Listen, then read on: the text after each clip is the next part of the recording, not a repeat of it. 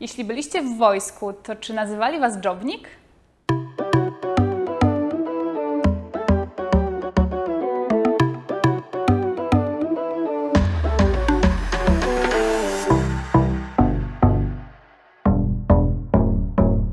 Cześć, tu Agata z kanału Izraelia. Dzisiaj odcinek o przekleństwach hebrajskich, bo one oprócz tego, że są takie dosyć wymowne, to mają bardzo fajne korzenie czasami. Bardzo fajne to może złe określenie, ale bardzo interesujące. I żeby nie było tak monotonnie, pogadamy też o tym, jakie są żarty wojskowe, jak śmieją się z siebie żołnierze w Izraelu, jak siebie obrażają nawzajem i jak na przykład nazywają takiego żołnierza, który miga się od obowiązków w wojsku.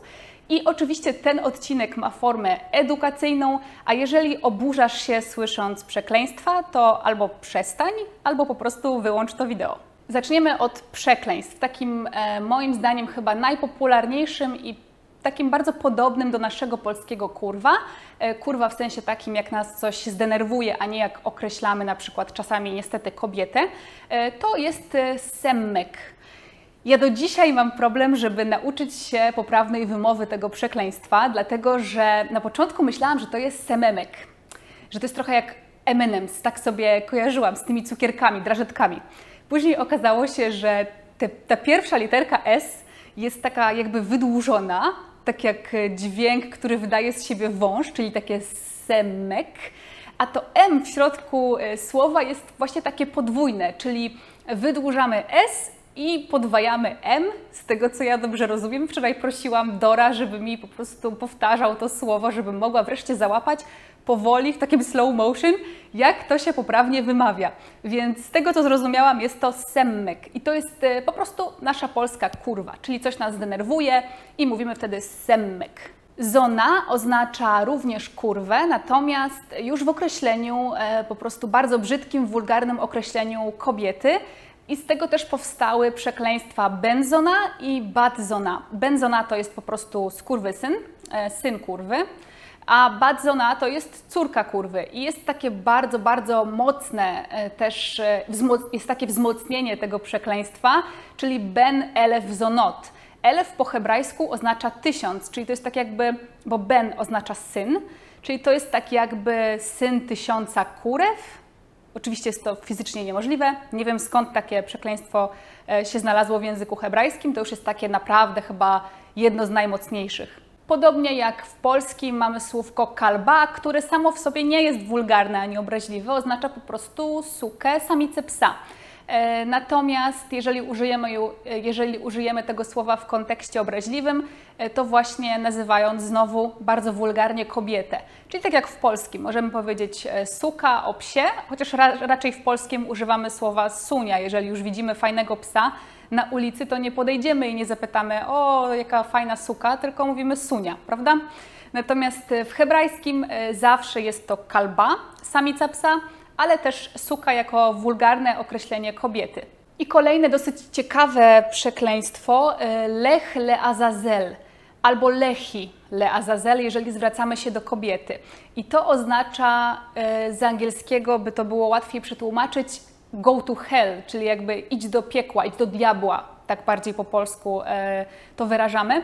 Natomiast to jest o tyle ciekawe, że Azazel była to nazwa w Talmudzie, w treści Talmudu, była to nazwa klifu, z którego strącono, zrzucono Saira. Więc to jest tak jakby idź na ten klif, żeby cię z niego zrzucili. To gdzieś chyba o to mniej więcej chodzi, skoro nawiązuje się do tego klifu, z którego kogoś zrzucono. Więc to takie dosyć ciekawe właśnie przekleństwo. Oprócz tego mamy na przykład lech albo lechi, znowu jak zwracamy się do kobiety, leizdajen. Leizdajen, czyli idź się pierdolić, pierdol się po prostu, bo lech to ogólnie znaczy idź. W sensie na przykład lech mi po, to znaczy idź stąd, po prostu, to nie jest obraźliwe. Mamy też na przykład słówko zamknij się, a raczej w takim bardzo wulgarnym wyrażeniu, czyli zamknij mordę, coś w tym stylu. Czyli stom tapę, jeżeli mówimy do mężczyzny, i stemi tapę, jeżeli mówimy do kobiety. A propos leizdajen jeszcze, to misdajen oznacza, tak jak po angielsku fucker, czyli coś w stylu chuj, bardzo obraźliwe słowo dotyczące mężczyzn tylko. I mamy też słówko defekt, które bierze się właśnie chyba po prostu z defektu, bo tak też często nazywa się mężczyzn po prostu właśnie obraźliwie. Na przykład słyszałam to często na drogach, jeżeli ktoś komuś zajedzie drogę, to mówią ej, ze defekt, ale no nie wiem nawet jak to przetłumaczyć. Ktoś po prostu, no nie wiem, nienormalny, z defektem jakimś. W ogóle jest dużo takich słówek, które są oczywiście obraźliwe, to nie są takie bardzo ciężkie przekleństwa, natomiast określające kogoś jako osobę głupią. To mamy na przykład metum tam albo metum temet, jeżeli mówimy o kobiecie. Po prostu ktoś głupi. To też często na drogach można usłyszeć od Izraelczyków w samochodzie, jak prowadzą auto. Znowu też głupi to tipesz albo tipsza, jeśli mówimy o kobiecie, dafuk, tfuka, więc to są wszystko praktycznie takie same przekleństwa, oznaczają po prostu, że ktoś jest głupi. Idiot i debil, no to znacie z mojego chyba najpopularniejszego na kanale odcinka o polsko-hebrajskich słówkach. Takim mocniejszym słówkiem jest zewel, które oznacza śmieć. I czasem też się go używa w takiej formie obraźliwej o jakiejś osobie, po prostu mówi się o nim, że jest śmieciem, no to wtedy właśnie używa się słówka zewel. Już takie bardzo ekstremalne, mocne to jest zain. Zain oznacza ogólnie fiut, natomiast też jako określenie po prostu obraźliwe mężczyzny. Co ciekawe, zain jest także literą alfabetu hebrajskiego, więc to jest trochę dziwne. W ogóle wracając do tego pierwszego słówka, czyli semmek, jest to słówko arabskie, tak samo zresztą jak szarmuta. Szarmuta także jest słówkiem arabskim i oznacza zdzirę, ladacznicę. Przechodząc teraz do armii, jak żołnierze siebie nawzajem obrażają podczas służby wojskowej. Pierwsze słówko to hapszam.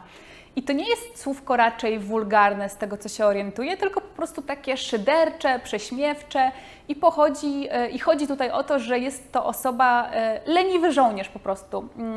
Żołnierz, który jest bardzo leniwy, a słówko wzięło się z hayal paszut. Hayal oznacza po prostu żołnierz, paszut oznacza prosty. Prosty w takim sensie, że nie jest to generał, nie jest to porucznik, tylko zwykły, prosty żołnierz i hapszam oznacza właśnie takiego żołnierza, który dodatkowo jest bardzo leniwy. Często też używa się w wojsku, ale to akurat nie tylko w wojsku, takiego słówka harta bepita, które oznacza w zasadzie gówno w picie, gówno prawda w picie, bullshit, raczej z angielskiego będzie łatwiej to przetłumaczyć. I to jest bardzo ciekawe nawiązanie do kultury w Izraelu, dlatego że wiadomo, że pita, falafel, hummus to są tutaj potrawy narodowe, które bardzo często się je, dlatego to jest śmieszne, że jak mówią o jakiejś ściemie, tak jak my mówimy bullshit, czyli ściema, gówno prawda, to mówią ściema w picie, czyli harta by pita. Kolejne ciekawe prześmiewcze stwierdzenie a propos żołnierza to jobnik.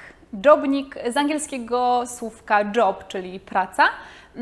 I tutaj chodzi o to, że jobnik to jest taki żołnierz, który nie jest w jednostce bojowej, czyli trochę się z niego śmieją, że nie dostał się do jednostki bojowej, bo nie miał kondycji, gdzieś tam jego warunki fizyczne mu na to nie pozwoliły, czyli jest trochę takim żołnierzem gorszej kategorii i często właśnie, kiedy się z takich żołnierzy wyśmiewają, to nazywają ich jobnik. Z kolei żołnierz znowu, który właściwie też jest leniwy, można byłoby powiedzieć, czyli tak samo jak hapszam, to jest okec. Okec to jest żołnierz, który miga się od swoich obowiązków. Na przykład musi posprzątać pokój, czy wyczyścić, wypastować buty, a gdzieś tam ciągle od tego ucieka, więc mówi się o nim wtedy okec. Słówko, które jest stosowane w wojsku często, ale nie tylko w wojsku, to dati ledaati. I to jest słówko, dati po hebrajsku oznacza religijny. Natomiast to sformułowanie oznacza osobę, która jest religijna, kiedy jest mu wygodnie być religijnym albo religijną. Czyli na przykład nosi kipę, ale nie przestrzega jakichś tam zasad szabatu, bo na przykład prowadzi samochód, to wtedy już nie jest tak bardzo religijny, ale na przykład robi inne rzeczy, które są religijne. Czyli generalnie jest religijny do czasu, do takiego momentu, kiedy nie sprawia mu to jakiegoś tam większego problemu, kiedy nie trzeba włożyć za dużo wysiłku, to wtedy jest religijny, ale jak już trzeba się wysilić, na przykład rezygnować z używania prądu w szabat, czy z prowadzenia właśnie pojazdów mechanicznych, no to już wtedy religijny nie jest. Czyli taki po prostu trochę hipokryta, jeżeli chodzi o religię. Dati le daati. Kolejnym sformułowaniem jest datlarz, które pochodzi od dati lesze avar, czyli religijny w przeszłości. Osoba, która była religijna, ale już nie jest, zmieniła swoje poglądy i to jest takie słówko bardzo często używane właśnie podczas służby wojskowej.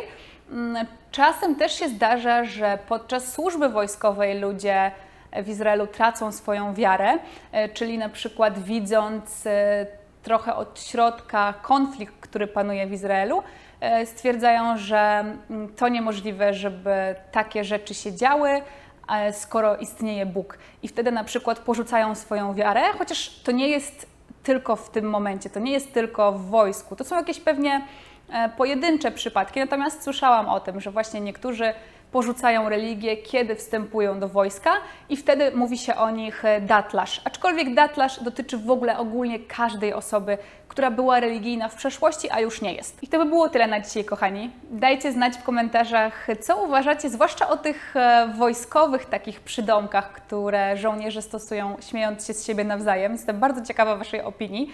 I czy Wy na przykład znacie etymologię polskich przekleństw? Bo ciekawa jestem, nigdy się tym w sumie nie interesowałam, czy te polskie nasze przekleństwa mają jakiś związek, jak na przykład Leazazel ma związek z Talmudem. To jest moim zdaniem bardzo interesujące, więc jeżeli znacie gdzieś jakieś takie powiązania, to koniecznie dajcie znać w komentarzach.